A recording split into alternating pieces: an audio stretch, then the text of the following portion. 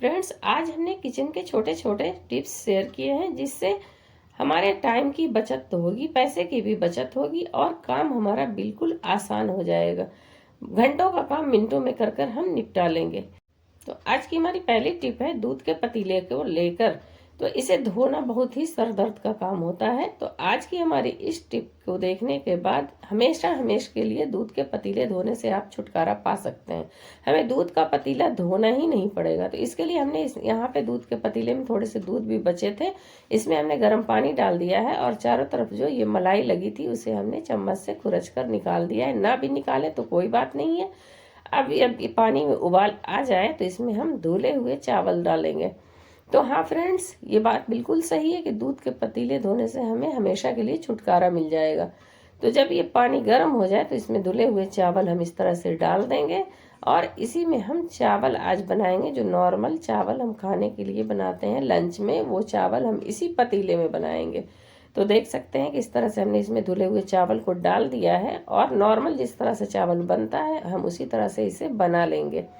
तो ये देखिए कि चावल बनने के बाद ये कितने चावल हमारे खिले खिले से और इसके दाने भी बिल्कुल वाइट वाइट से हो गए हैं और पतीले भी बिल्कुल साफ हो गए हैं। तो इस टिप से आप लोग भी हमेशा के लिए दूध के पतीले धोने से बच सकते हैं। तो उम्मीद है ये टिप आप लोगों को पसंद आई होगी। अब हमारी आज की दूसरी टिप है मूंगफली को लेकर। मूंगफली को जब हम भूनते हैं तो इसके छिलके जब निकालने होते हैं तो इससे भी बहुत गंदगी फैलती है और चारों तरफ ये बिखर जाते हैं। तो आज इसके लिए भी एक आसान सा टिप हम बताएंगे। तो इस तरह से मूंगफली को हमने बिल्कुल ड्राई रोस्ट किया है हल्की धीमी आंच पे। उसके बाद हमें इसे एक कॉटन के कपड़े में डाल देना है और इसको इस तरह से बंद करके चारों तरफ से हम इसे बंद कर देंगे और इस तरह से इसे रब करेंगे। इस तरह से रब करने के बाद देखेंगे कि छिलके बहुत ही आसानी के साथ अलग हो गए हैं। तो छिलके तो अलग हो गए हैं लेकिन अब हमें इसे निकालना है। तो निकालने में ही ये चारों तरफ इसके छिलके फैल जाते हैं क्योंकि ये बहुत हल्के होते हैं। तो इसके लिए हम आज यूज करेंगे, ये घर में हर किसी के होता है, ये है ये वाला छन्ना। तो इस छन्ने में हम सारे मूंगफली को डाल देंगे छिलके के साथ और कोई भी प्लेट हो या इसी कपड़े पे हम इस तरह से देखिए कि छान कर निकाल लिया है। तो कितनी आसानी के साथ सारे छिलके हमारे निकल गए हैं और मूंगफली के दाने बिल्कुल अलग हो गए हैं। तो आई होप ये टिप भी आपको पसंद आए होंगे। तो अगली टिप हमारी हरी मिर्ची को लेकर है। इसे हम स्टोर कैसे करें। तो सबसे पहले तो अच्छी क्वालिटी का हम मिर्ची खरीदेंगे और जो भी इसकी हो इसे डंडी के समेत ही हम पहले धुल लेंगे। धुलने के बाद हम इसकी डंडी को तोड़ लेंगे। इस तरह से सारी डंडी को हमने निकाल दिया है और एक कॉटन के कपड़े पे इसे हम फैला देंगे और इसे हवा में ही बिल्कुल सूखने देंगे। इसके सारे पानी को सूख जाने देंगे। उसके बाद हम इसे स्टोर करेंगे।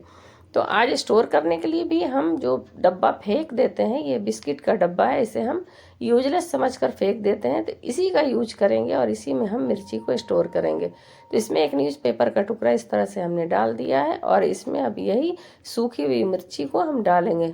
एक बात का ध्यान रखें कि इसमें पानी बिल्कुल भी नहीं होने चाहिए।